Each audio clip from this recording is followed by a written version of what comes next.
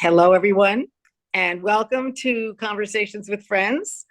I'm very glad to introduce you today to someone that I met about a year ago. We ended up working together on quite a few projects with the Funding Arts Network, which we're both involved with. And it's been a journey for me. I have learned a lot from this person, and you're going to meet him in 1 second. Dr. Alan Mason. Alan, welcome to Conversations with Friends. Let me just give you a little bit of his background because it's beyond impressive, okay? Beyond impressive. Alan has performed at Carnegie Hall with the New World Symphony, where he worked with Michael Tilson Thomas for quite a few years. He even traveled with Michael Tilson Thomas, who was the founding artistic director of the, of course, famous New World Symphony in Miami. And he has a 22-year career as a professor of music at Barry University. It might be 23 years, it's something like that. So he's also a graduate of Manhattan School of Music, and the list goes on and on, okay? But you get the gist, right? That this is a very accomplished man. And we're also going to talk about his work with Temple Israel. He has been at Temple Israel for many, many years now. And I think that what he does is he's the music director for all of the programs that they do there. So Alan, great to have you on the program. Meredith, thank you for the warm welcome. I'm delighted to be here with you. Thank you. Yeah, we've had so many meetings and discussions, and you've helped me a lot, because we help organize some of the cultural programs that go on that have to do with the arts, with Funding Arts Network. And you always, I should say, have a positive thought or an uplifting way of doing things. And I want to start out by saying that watching you accompany the young musicians that you brought to our luncheon, amazing young musicians that will all go on to probably be great musicians. They're young. And your joy, when watching you was like watching something like a person having the happiest day of their life, watching you perform, watching you play. And that touched me, Alan, because I didn't see any kind of difficulty in you where there was any, I don't want to say stress or just something of uncertainty or anything. It was pure joy. So I want you to maybe say something to me about that. Like, how do you achieve that kind of joy? Or how have you achieved? Or were you always like that? That joy comes about when I get present to I'm being here for other people and certainly not for myself. When I'm providing service for others, keeping music alive in the world through performance, coaching, teaching, and presentation, that's joy. And that is not centered in I. I is bankrupt. That's something out there for the world, for you, the world at large. So the joy is the freedom, the abandonment of not being centered on myself. Giving it up and providing for others is what causes the joy. The joy and the ease, like the pressure, the demand is off of me. I'm giving it all up to provide for something bigger than myself. And that creates this space of all is well, and there is joy, presence, and affinity comes about. So obviously, or I should say, I think obviously, you have worked on yourself internally. I mean, externally, you have spent years, studying music, Manhattan School of Music, and so many other places. Barry University, you've been teaching for 25 years music. Yes. But you've been in this, like I said earlier, Carnegie Hall. So all of that could be where you get caught up in yourself.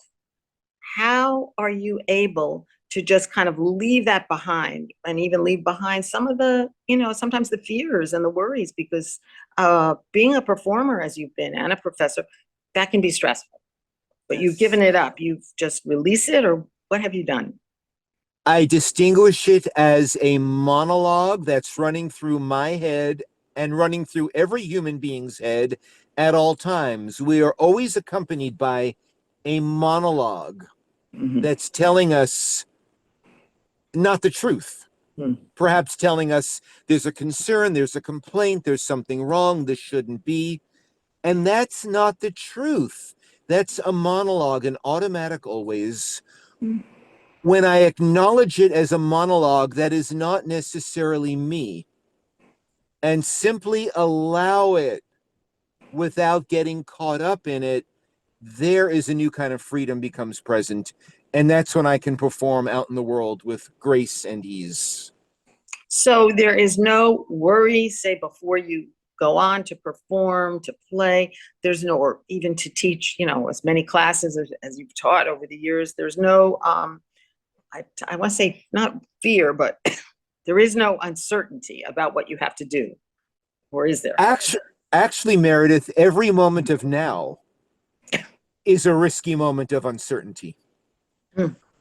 When the risk, the uncertainty is always there, and it's not the truth.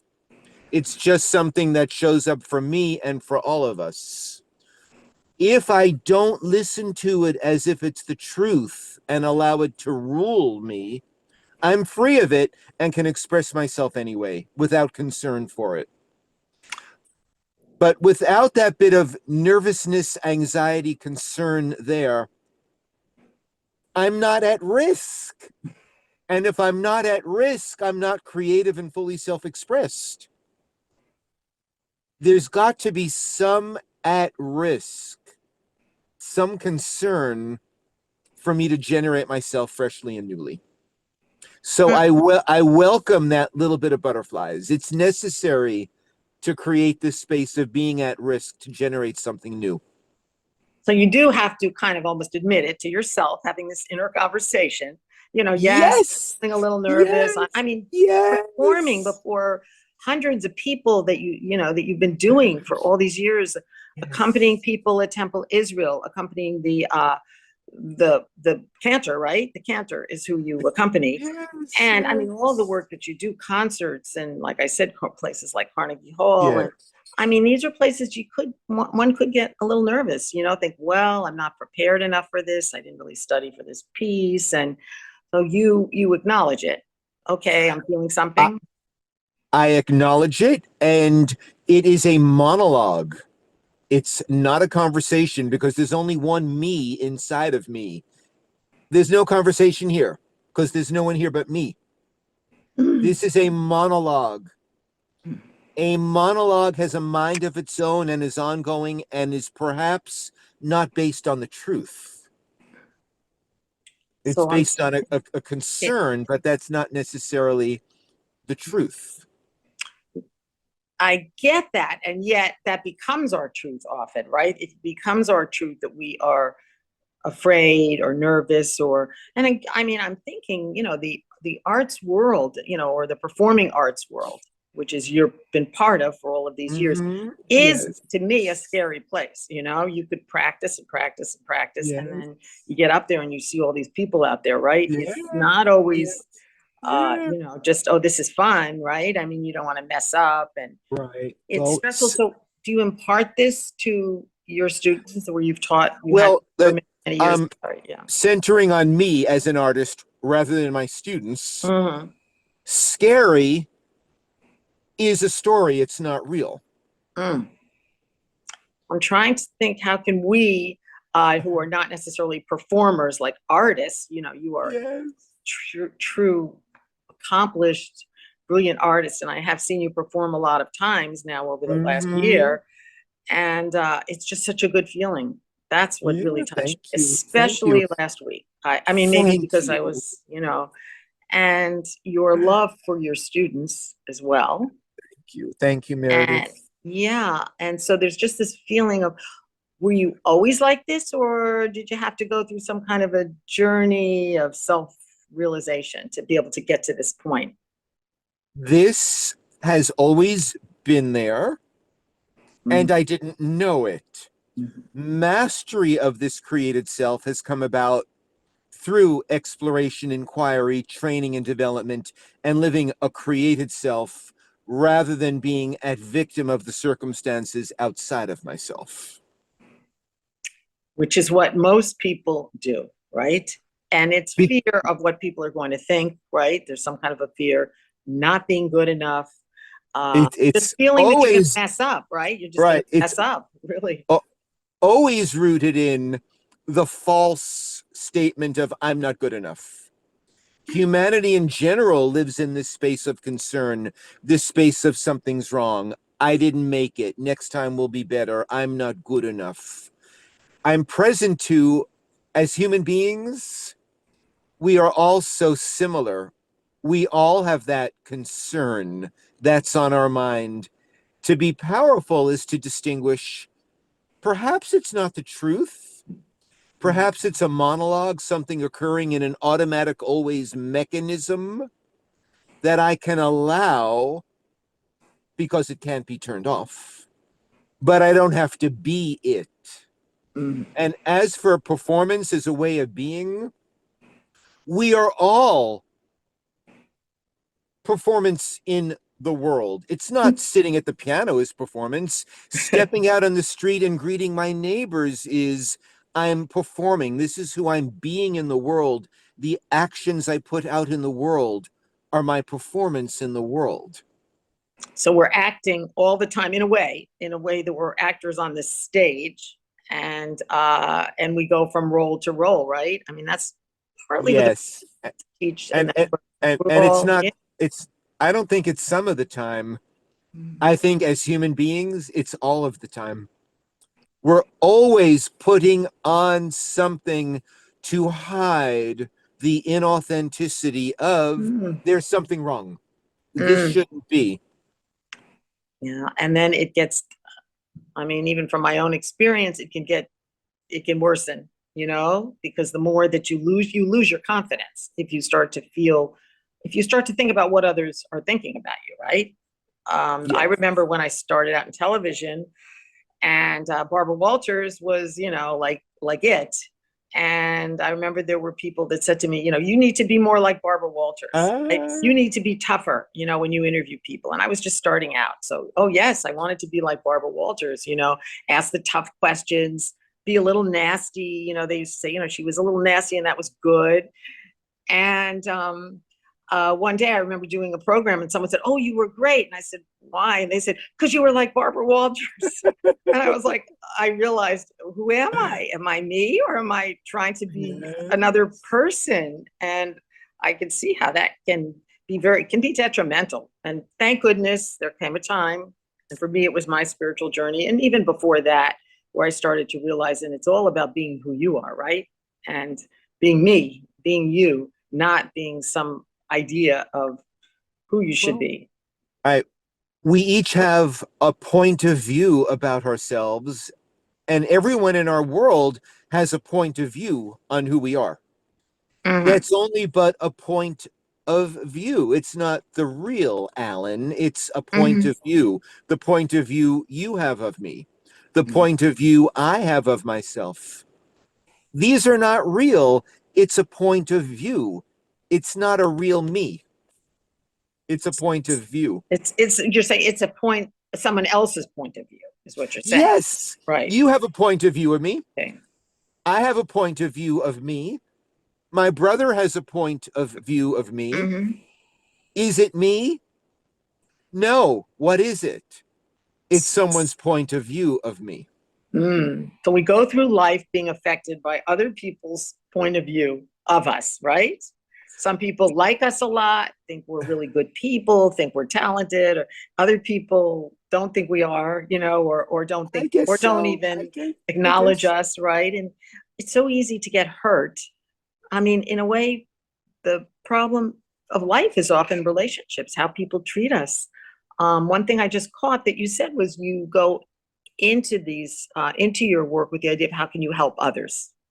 So you keep that. It's not how can people help me and what are they going to think of me. It's what can I do to serve others, which is another very important Yes. spiritual principle, right? And in the world of music, that act of being of service is sourced through my commitment to that the music remains alive and is presented in its most authentic, stylistically correct and accurate rendition. If I'm serving a student who's studying for that, I'm serving the music. First and foremost, keeping the integrity of the music alive and present. Yes, it's lovely that a student is being enlightened and helped by that, but my priority is that the music remains alive and is presented in the way it was intended to be presented.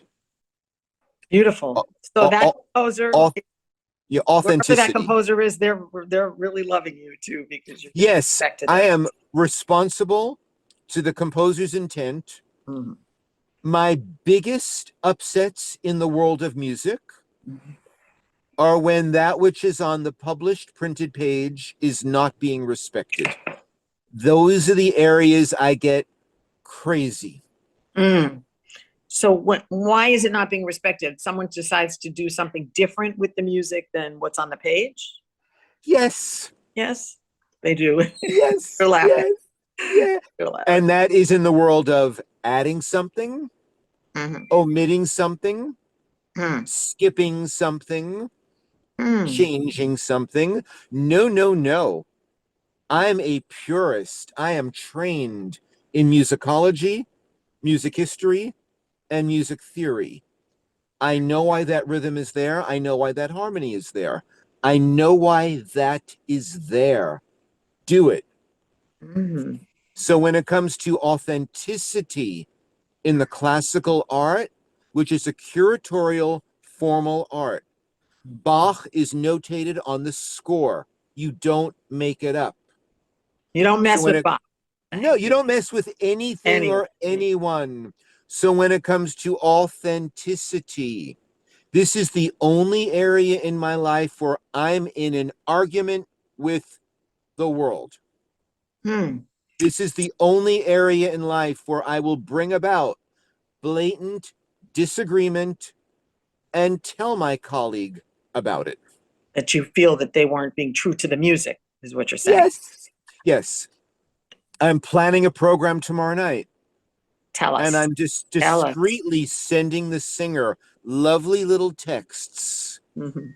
Would you please note that that selection belongs there and not there? Thank you.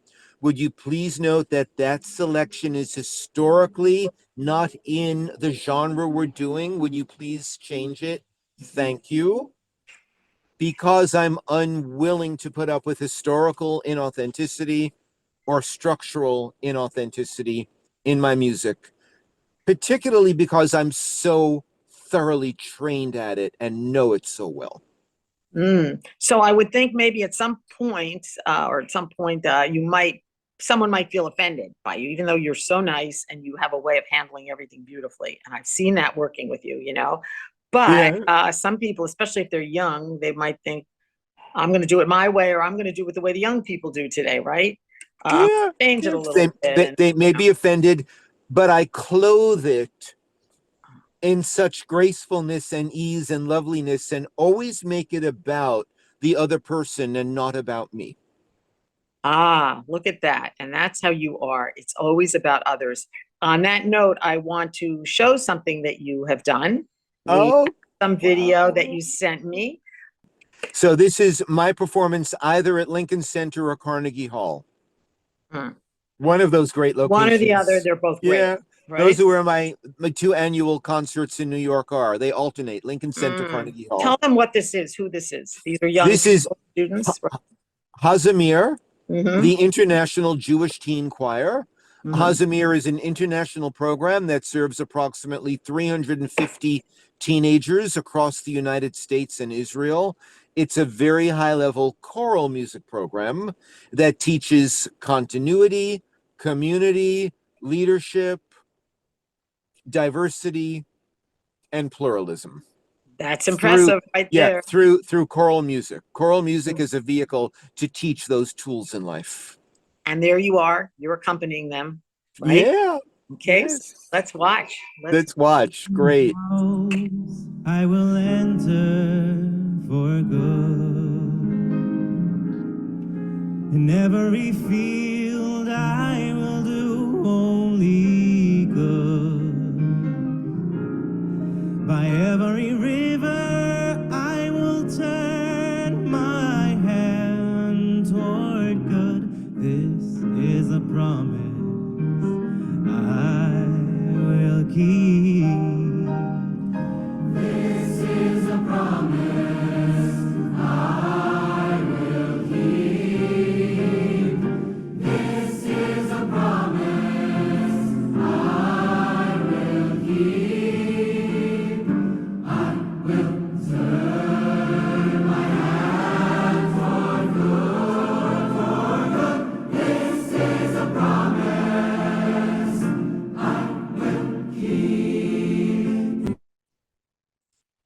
how magnificent that is. Thank you. Yes, thank and you. how inspiring that is, you know? And I wanted maybe you to say something about how did they get selected? These must be, I mean, very, very wonderful singers, all of them, performers, right? This wasn't Yes. easy to become chosen, I would think. Yes. Hazimir selects the finest teenage choral voices from across the country. And the audition process is not that complicated because it's not so much about the student winning a place in the choir. It's about the student becoming engaged in who am I going to be as their director and what skills can I bring to them. So to enter Hazimir, the student needs the basic skill of being able to match pitch, which means I play a melody, they can sing it back accurately, and more importantly, hold their melody against the other voices in the choir.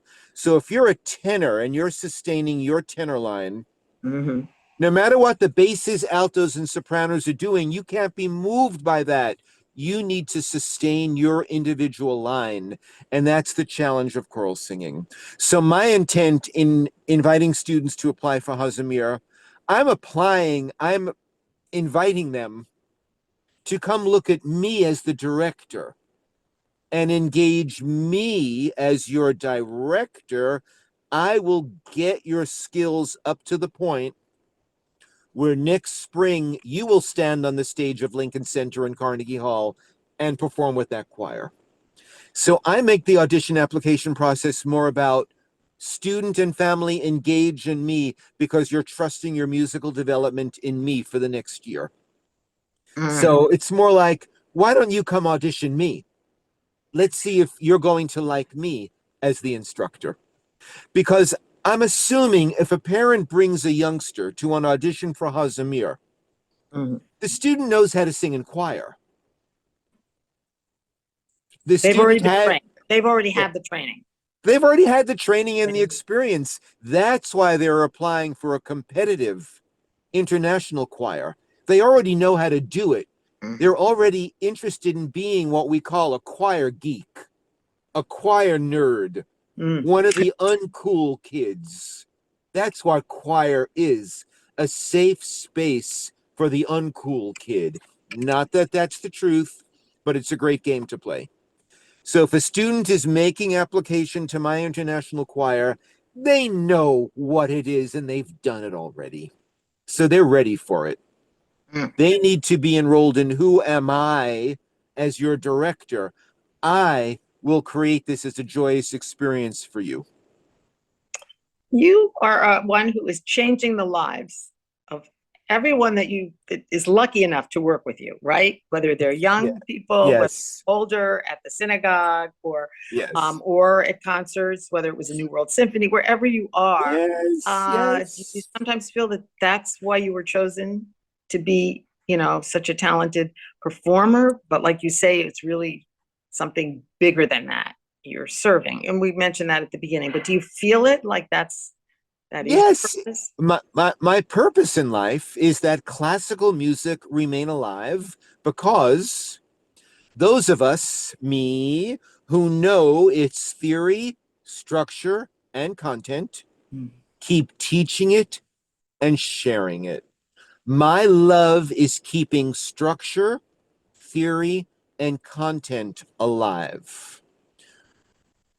That's my being of service and purpose to the world. That's your aim. And so you really stick with it, I can see, with whatever it is that you do. I did want to mention where, you know, people might be thinking, where did he get all of this, you know, all of the kind of spiritual knowledge that you've been sharing tonight, you know, about being here to serve. And you have studied over many years. Yeah, I want training and development, yes. It's called Landmark Forum, right? Or Yeah. Forum. I'm a graduate and participant of Landmark Education, a global transformational program in personal growth and development. And it's a tool I engage in always. It allows me the privilege of living a life of my creation and a life that I love through declaration. So just as you practice all the time and you work on yourself as a performer, as a musician, all of that, you're working on the inner self. It seems to Oh, me, yeah. maybe with just as much commitment, right? Just as much commitment, because working on the inner self allows for everything else to happen. Without mastery of self, you're just fishing in the world for who you are. But when you have mastery of self, a cause, a purpose, aliveness, that purpose uses you, and Mm. individual I, which is bankrupt, by the way, disappears. And Alan, as alive in the world in service to the world, appears. And all I have to do is perform. Perform does not mean play the piano. Mhm. Perform means be active and alive out in life. Being in life is performing, putting yourself out there. Being totally present, which is what I've seen in you. Present. And I've known you now, I think, for a year, about we met a Yeah. year ago. And I see that you live this. You don't just talk about it. With whatever you do, your easiness, easy meaning you don't cause difficulty, you help others. Yes. Always present something so magnificent, and you've helped me Thank in you. organizing what I've organized. You always are supportive. Yes, thank you, Meredith. I don't know what else to say to you except thank you, for being who Meredith, you are. you are welcome. You're a bright light in this world. Thank you for this awesome experience of sharing myself in a platform I've never experienced before. So it's been so much fun and something so new for me. Thank you. Thank you so much. And we always say Om Shanti with the Brahma Kumaris. It means I am peace. We work on that. I am peace. Shanti. Om well, Shanti thank is you. like shalom, right? Thank you. Right. Yes. Thank you.